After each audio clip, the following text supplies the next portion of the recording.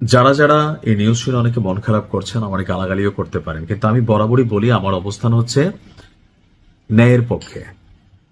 আমার ঘরে যদি আমার প্রতিবেশী একজন থাকে, তার ঘরে থাকে একজন মানুষ প্রতিনিয়ত আমাকে মারে, তার ঘরটা ব্যবহার করে এসে উড়ায়, আমার ঘর ভাঙা দেয়, তো ভাই আমি এটা কয়দিন সহ্য করব?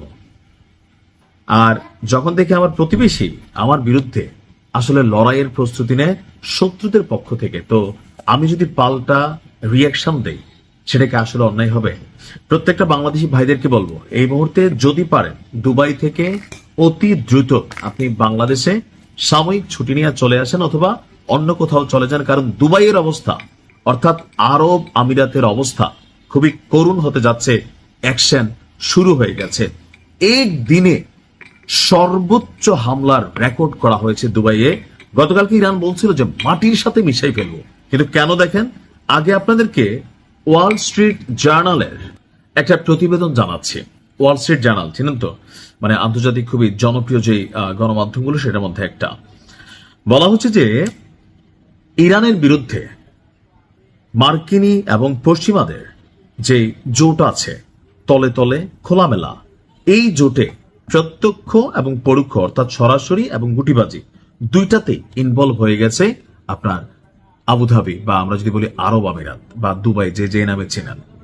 তো তারা যেহেতু এই গুটিবাজি করতেছে, আর এই তথ্য যখন গণমাধ্যমে আসছে, এর পাশাপাশি ইরান কিন্তু একটা হুঁশিয়ারি দিছিল যে ইরানের কাছে তথ্য আছে যে আরব আমিরাত তোমরা গুটিবাজি করতেছ।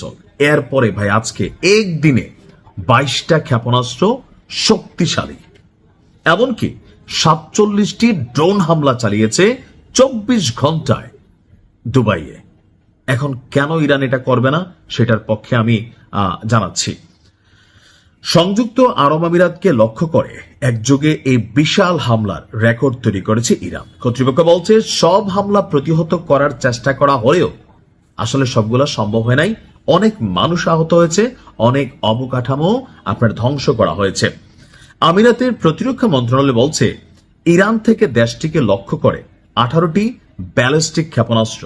ব্যালিস্টিক কেমন ধরেন, কেমনে বোঝাই, যে থাকে না যে মুলিবাস, কনসিবাস, আইকলাবাস, আর একটা আছে বরাক বাস, যে বড় সড়ো, তবে পারমাণবিক না, ওইরকম বরাক বাস টাইপের ক্ষেপণাস্ত্র মারছে 18টা, এবং কি 4টি ক্রুজ ক্ষেপণাস্ত্র আরো শক্তিশালী এবং দ্রুত গতি, যেগুলোকে আকাশ প্রতিরক্ষা সিস্টেম শনাক্ত করতে পারে না।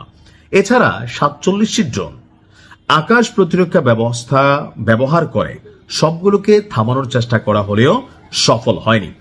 হামলা প্রতিহত করার পরেও যেগুলাকে উড়াইছে সেগুলোর যে ধ্বংসাশেষ আছে, বিশাল বিশাল ভাই, এক একটা সুপারি গাছ তাল গাছের চেয়ে বড়, এরকম যখন এটা উইরা আসে, এটা ধ্বংস হলে আবার নিচে পড়ে, ওই ধ্বংসাশেষ পইরাই আবুধাবির আজবান এলাকায় 12 জন আহত হয়ে গেছে। এর মধ্যে নেপালের নাগরিক 7 জন এবং 5 জন হচ্ছে ভারতের, তাদের মধ্যে একজনের অবস্থা আবার গুরুতর।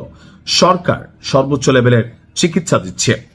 মধ্যপ্রাচ্যে চলমান সংঘাতকে শুরুর পর ইরান থেকে আরব আমিরাতে মোট 475টা মিসাইল মারছে। থাকবে আবুধাবির অবস্থা। 23টি ক্রুজ ক্ষেপণাস্ত্র, 2085টি ড্রোন মারছে ইরান। যুক্তরাজ্য করছে কি, তারা তাদের আকাশ প্রতিরক্ষা সিস্টেম আবুধাবির জন্য পাঠাইছে। কেন? দুবাইয়ে সারা পৃথিবীর অনেক ধনাঢ্য রাষ্ট্রগুলো বিলিয়নস অফ ডলার বিনিয়োগ রাখছে। সো দুবাই যদি উড়া যায়, তাহলে অনেক রাষ্ট্রের ধনাঢ্য ব্যক্তিরা রাস্তায় পড়ে যাবে। সো তাদের হেডেক। ইরান বলছে খেলবো, খেলা হবে। ভালো থাকুন, আল্লাহ ইরানকে জয়দান করুক। আসসালামু আলাইকুম।